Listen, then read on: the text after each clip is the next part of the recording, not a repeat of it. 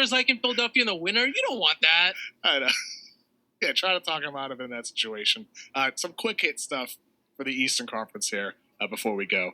With Philadelphia, though, I bring that up kind of half jokingly. But with Harden, so here's what I've heard about this situation. I've been told that ownership wants him to opt in to the $46.9 million deal for the 22-23 season, which, no surprise. I've been told Morey wants that to be a 3-year deal, which would take it 2 years into the Embiid extension. So that would be after the 24-25 season that Harden would be a free agent at that point. And I thought that was an interesting thing to hear from a number of different people around the league because it kind of sets them up at in the middle of that Embiid contract, whether things are working or not, that they could potentially sign and trade Harden at that point or just continue to, retain him. And obviously Harden's camp wants the full supermax because why would they not?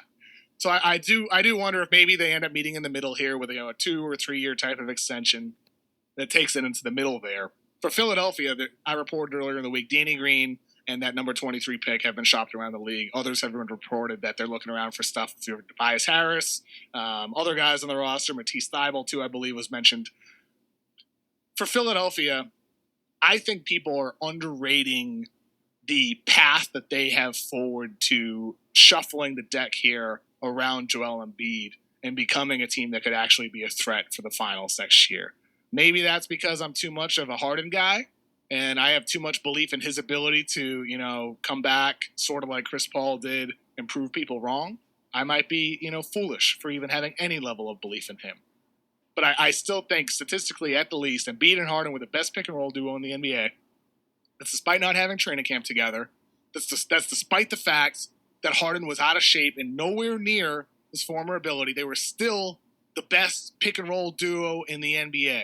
So if Morey is able to reshuffle the pieces around those guys, and if Embiid's able to get better, as he has every single season of his career, I just think the Sixers team is being a little bit underrated now just because everybody's focused on James Harden. But the Bucks don't have that flexibility.